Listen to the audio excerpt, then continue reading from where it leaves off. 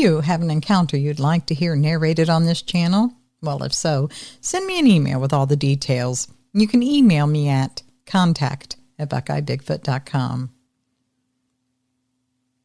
Hey there, everyone, and welcome. Now, we're going to start off tonight with a few comments that were recently left on some videos. Then we're going to go to California, far west coast, where a woman had some strange goings-on up a mountain. Then we're heading back far east to the far east coast and very north. We're heading to Maine, where a crusty old Yankee and his daughter encountered something in the North Woods. Now, if you're ready for this journey into Sasquatch Valley, grab your snackage and get on up in the saddle. Horses are waiting, and so are the Sasquatches. Let's go.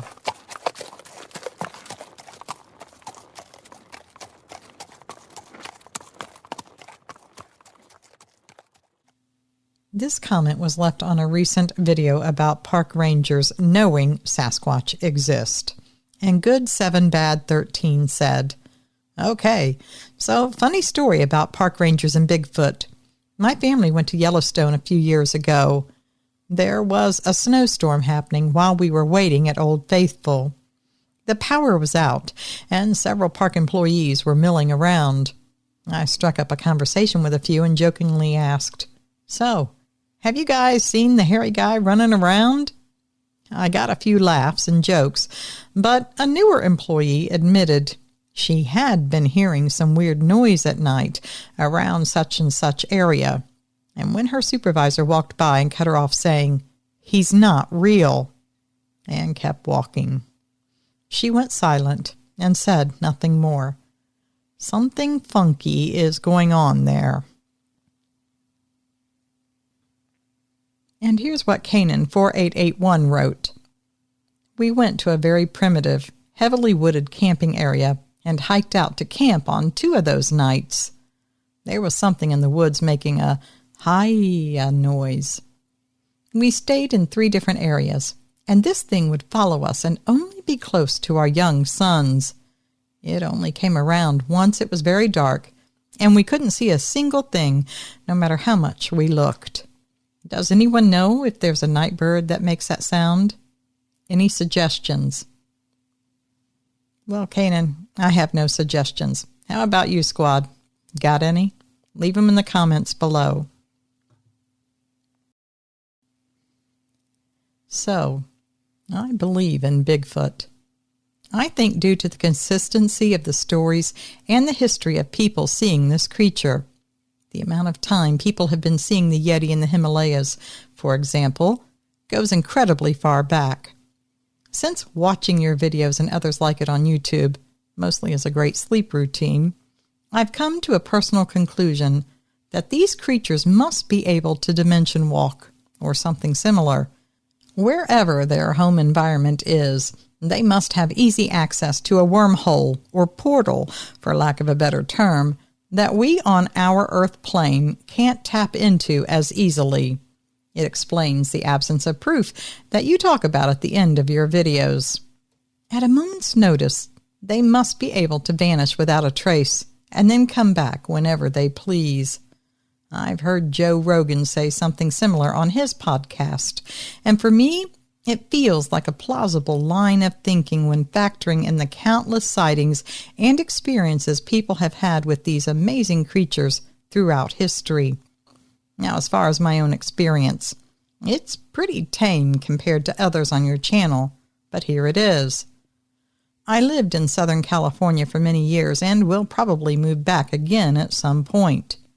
There are abundant mountains and hiking opportunities throughout the area, and I never lived too far away from a mountain I could hike after work or on the weekends. This particular mountain was about a half-mile away from my doorstep as the crow flies. The year was 2022. I planted pine trees up on this mountain, and during the first 2 years, it's important to keep the little trees watered until their roots are established, especially since Southern California can get hot. So in the evenings, every couple weeks, I would set out with my backpack full of water bottles to my mountain. Now, it's not a big mountain, 800 foot maybe 1,000, but no more. And reaching the summit only takes about 30 minutes.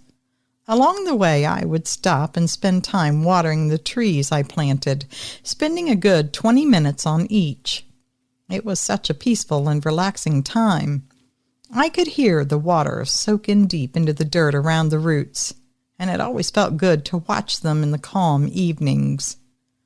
Now this night, I had really gotten a late start due to work, but I wasn't worried since I usually went up at sunset in summertime during the cool of twilight. So even though I wouldn't make it up to them until 11 p.m. this night, I wasn't worried in the least. It was pretty normal, if maybe a bit later. So when I get out there on the trail at night, I'm of the mind that making a lot of noise is a good thing, since I don't like the idea of quietly walking up on a mountain lion or a rattlesnake. So I tend to stomp and sing, huff, and that way everyone has time to get out of the way. As I predicted, I got to the trailhead around 10:30. I slipped past the ranger station and made my way up to the first tree, and I named it Sherry. I was stomping and making noises once out of earshot of the rangers. I enjoyed the relaxation and the soothing that watering the trees always provided. Taking my time, pouring small amounts with little breaks to let it soak in until the 2-liter bottle was empty. It was roughly 30 minutes this night. I don't recall anything out of the ordinary, and I made my way to the next tree up at the summit, about 15 more minutes of hiking. This tree was named Tarek, and it sits with beautiful views of the valley floor. It wasn't an especially dark night, but I was incredibly tired from the day and from the just-finished hike, so I took even longer to water Tarek. After, I sat down in a small clearing next to the tree and rested. Quietly rested. I wasn't exactly looking forward to my trek home, since it was now midnight. I was pooped, but I tried not to think of that and to just enjoy the moment as long as I could. I'm not sure when it started, because, like I stated before, it had been such a normal, peaceful night. But I got what a lot of the other people in your stories get. A feeling of being watched. It's a hard feeling to explain, but I felt it on the back of my neck, and it rippled over my body. I had never felt anything like that up there, even when I felt a bit nervous encountering another person on the trail at night, but it was nothing like this. I quickly looked around, but with the brush and trees, I couldn't see anything. Or maybe I really didn't want to see anything. I jumped up incredibly fast, and instead of taking my time and saying goodbye to my little tree, I bolted back up along the small trail and into the deeper darkness of the trees. At that point, I wasn't in full fight-or-flight mode, and I was kind of wondering if I was just imagining something, though I felt I wasn't. Not in these woods that I know so well and frequented so often. But something was off. I had been down on a small offshoot trail that was overgrown. It was probably a game trail, really, and it seemed that only a few random hikers and myself knew about it. But when I got 150 feet back up the trail and almost to the wider main trail again, I stopped to take stock of the situation, but almost instantly I became aware of it. I felt it. The bone silence. It was exactly how people describe it in the stories you read on this channel. Never had it been this silent on my trail. It's always alive and bustling, even in the quiet evenings. But this silence was oppressive, menacing, and the feeling of being watched was so palpable that fight or flight took over, and I flew. I was all of a sudden running down this mountain at full speed, thanking God that I landed every step, because it was so steep that if this had been my first time, I would have had to slow way down in order to get down safely. and I did not want to slow down. Running at full speed, I could feel that whoever or whatever was watching me was now also keeping pace with me, slightly behind and to the left. Was I hearing it crashing through the woods next to me? I'm not sure, since I was making so much noise myself, what with loud breathing, rushing through the tall brush, wind and tree limbs whipping past my ears, and my brain focused on staying upright on the very steep, uneven trail. Whether I actively heard it or not, I do know there was something keeping pace with me. I know because I recognized the exact moment it stopped. I crash-landed at the bottom of a very steep section of trail, so thankful for making it to this point. But still about halfway or about 10 minutes out from the trailhead parking lot, if I was staying at a full run, well, that's when the ominous feeling ended. I was in dense woods and brush, but that feeling of being watched wasn't there anymore, and the sound of life had returned to the trees. I was very shaken and continued to book it down the trail, but I felt I was back in my same safe woods again. Whoever or whatever that was behind me had been satisfied that I was far enough away, I guess. It was just so strange. I never saw anything. In fact, I purposefully did not ever try to look back or to the side as I ran. My instincts told me, do not look. And so I stayed focused on the ground and getting off the mountain as fast as possible. I never really knew what to make of this experience. I tried to forget about it as fast as possible because I needed to be able to go back up on that mountain, and I have many times since. So I just couldn't let it get to me, though I absolutely made sure that I was walking down with plenty of light from then on. Only once did I find myself up there again in the dark, and I did have a moment of PTSD from that night creep up on me. But I could tell it was just my imagination, and I was able to talk myself down. It wasn't until I started listening to this channel and heard so many of the Bigfoot stories that had such similar experiences.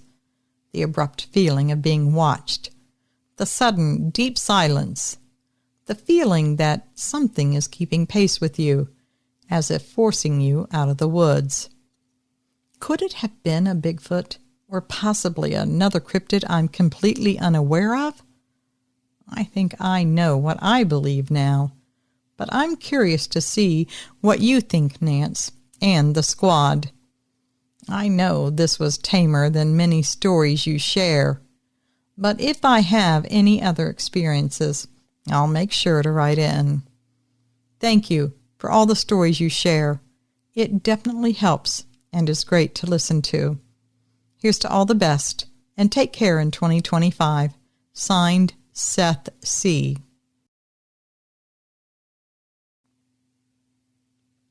My story happened in Maine, roughly about 10 years ago. Not that time makes a difference. I remember it all perfectly. I was with my dad fishing up in northern Maine. Aroostook County is a wild and untamed part of Maine. It is the most northern county, bordering on Canada, and the interior of it is not very populated. Back then, I was 16 years old, almost 17, and I'll tell you a little bit of a secret. I didn't care one whit for fishing, but my dad did. I was an only girl, and I was his only child. So I tried hard to do things with him a son might do. Now, he never made me feel less because I was a girl. I'm telling you how I felt. I recognized he was probably missing out on a lot of father-son things. I couldn't do them all, but fishing I could do. I never could bring myself to hunt, though. Now, back then, my dad was fit and in his prime. Actually, he still kind of is today, but he's getting older, as we all do. My dad was born and raised in Maine, and that tells you he's a no-nonsense kind of man. If you've ever met one of those old, crusty New England Yankees, you can peg my dad down to the chin whiskers. We started at Fish River Lake. After a while, we walked a far piece to another pond lake that my dad knew. And the fish, well, they were sure biting there. Now, I've told you that Aroostook is wild and mostly unpopulated, and that's true enough, all right. But the feel there is something that's a bit harder to tell you about and get it right. All around is very thick woods. I mean, you can't see 20 or 30 feet into their density because of heavy tree and brush growth. It's a dark green forest, too, more like a black green. And you will always feel that there's a pair of eyes on you. I don't care where you are or what you're doing. If you're near those woods, you feel it. And it's been that way as long as I can remember. I once mentioned it to my dad when I was a lot younger, and all he said was, "Yeah, don't let it concern you none." But it did concern me. I was never as at ease as he was, and as much at ease as he still is. I put it down to just being a girl, that I was more scaredy cat. Now the fish stopped biting at that pond lake, so we followed a rivulet of water that Dad said he knew led to another one, which is how it is when you're up there in the wilderness waterways. They connect everywhere, it seems. On our way to the other pond lake, we ran into another fisherman who went to great pains to tell us, "Don't waste your time. There's no biting over there." Dad just looked him up and down and said, "Yep," nodded, and we went on our way. It wasn't uncommon for fishermen to protect their spots by lying, so we kept going. Now, almost to the other pond lake, we came across, well, what might have been a dog once. It was hard to tell. It was very fresh, and it had been torn to bits. It was a very bloody scene. The body was twisted, and its body had been ripped open. Not torn like with a mouth, though. The head was twisted backwards unnaturally. The eyes were still open, and they had the dead look to them, but they weren't glazed over too much yet. My dad touched it and said it was still kind of warm, not cold and stiff. I asked my dad, what could have done that? He shook his head and said, well, maybe a black bear, but he didn't see claw marks or any bear paw prints. But seeing as it was still fresh, he said we should be real careful. I noticed he undid the Velcro on his vest pocket. I knew he kept a gun in there. I think he was carrying his .44 that day.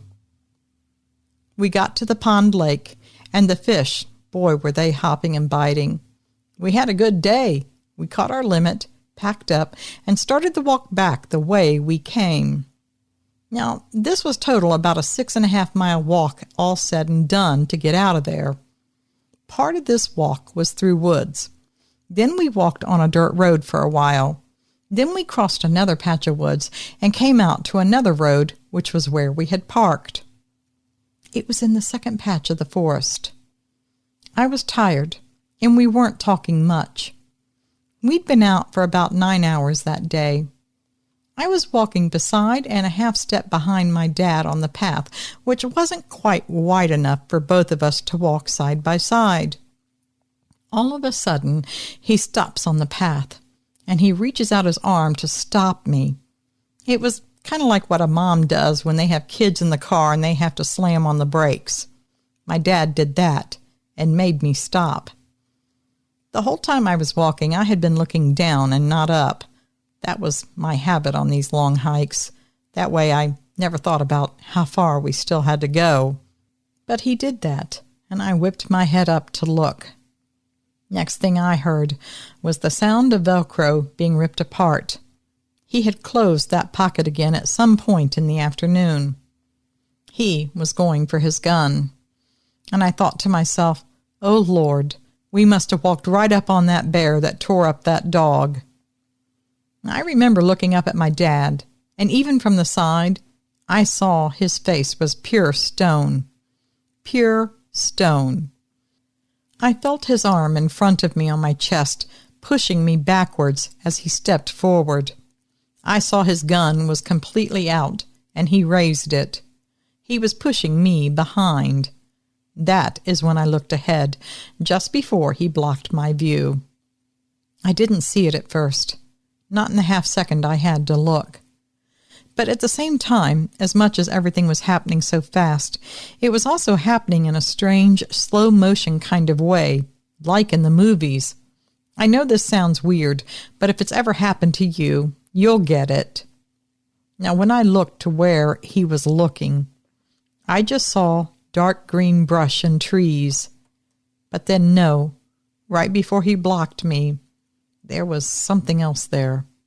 It was shaped like a man, but that dark shape, it was way too big to be a man. Even a man bundled up against the worst winter weather up here in Maine is not that big and bulky. Not possible. All I saw was the shadow, and then it went backwards and disappeared, and then my dad blocked my view. I had maybe that half second of sighting it. My dad, however, had a couple seconds before I even saw it. I was confused when I saw it. I didn't know what it was I was seeing. It wasn't like anything I'd ever seen, even giving the truth that I hadn't seen a lot, just being 16. But I now have 2 children of my own. One is 4 years old, and one is just a year old. And it's only now that I can imagine what it was my dad was going through that day. I know that his only thought was to protect me. Now, when the shadow backed off, Dad waited a bit. He told me to stay there, and after a few seconds he walked up to where that shadow had been. He walked slow and careful, gun up and ready. About every 3rd or 4th second, he would flick back to look at where I was. Then he went right back to looking at the trees. When I talked with Dad about this later, I said I was amazed at how close it was to us, that it was really close. He replied with a guess that it was about 50 to 60 feet from us. It seemed closer than that to me, so I asked him if that was right, and he said yep, he guessed it was. Now, Dad walked forward and checked everything out. Then he motioned for me to come up even with him on the trail. Together, we walked out of there, cautiously and slowly. Dad was sure to tell me, do not run. Dad, though, stayed on point the whole time. I don't think he came down off point till later that night when he was reclining in the living room. We talked in the truck on the way home. I wanted to know what it was. What had we seen? Dad outright called it a Bigfoot. He made no bones about it. I think I sat there with my mouth open. But then it all made sense. Now, Dad said that he saw it move up close to the path and stop like it was waiting for us to pass. That's when he noticed it. He said it almost stepped out on the path, then pulled its leg back. He said it probably really didn't want to harm us. It was just waiting for us to pass so it could go on about its business. But he said he was not going to chance being wrong. And to my dad, it wasn't a shadow. He told me when he walked up and looked where he had seen it, making sure the area was clear before we went on. He said it was still there, but it had stepped back about 10 or 15 feet. He guessed it was all of 600 pounds and north of 8 feet tall, and he said it was at least 3.5 feet wide at the shoulders. It was dark in the trees, he said, but it was hairy all over, and the hair looked very bright cinnamon red. He also said that while it was dark, it was identifiable and left no doubt what he was seeing. He saw it, he said, from the waist up, and he said he guessed that it was a male because of what he didn't see from the waist up. Dad said it looked right at him, but he got the feeling it wasn't interested, or maybe it was just bored. He said while he was looking at it, he saw it raise its hand and scratch under its chin. This was about 3 seconds of Dad looking at it this way. He said then it seemed to get maybe agitated. Then it turned and let go of the tree branch that it had been holding down with its other hand so it could look at Dad. When it did that, it walked away till Dad couldn't see it anymore in the trees. Dad said he had the idea that it had some smarts about it. This was no moose, bear, or other animals that are common up here. He couldn't right say why, he said, but he was adamant it had smarts about it. Now, I didn't see it clear like Dad did, but I believe him. He's a crusty old Yankee to be sure. And that shadow I saw was huge. Nothing like it up here in the North Maine woods. Well, at least nothing I've ever seen in the books. Thanks. Signed, Proud Maine Resident, Brandy W. of Holton, Maine. Hope I said that right, Brandy. Is it Holton or Hulton? Anyway, thank you, Brandy, for that wonderful, wonderful email. I'd have been scared to death, and I'm sure your dad was, crusty Yankee or not. Well, folks, what do you think of that one? And what do you think of the email that Seth sent in? He was asking, what do you think was going on that night on the mountain? Was he being paced by a Bigfoot? Something else, a dog man? Something completely different?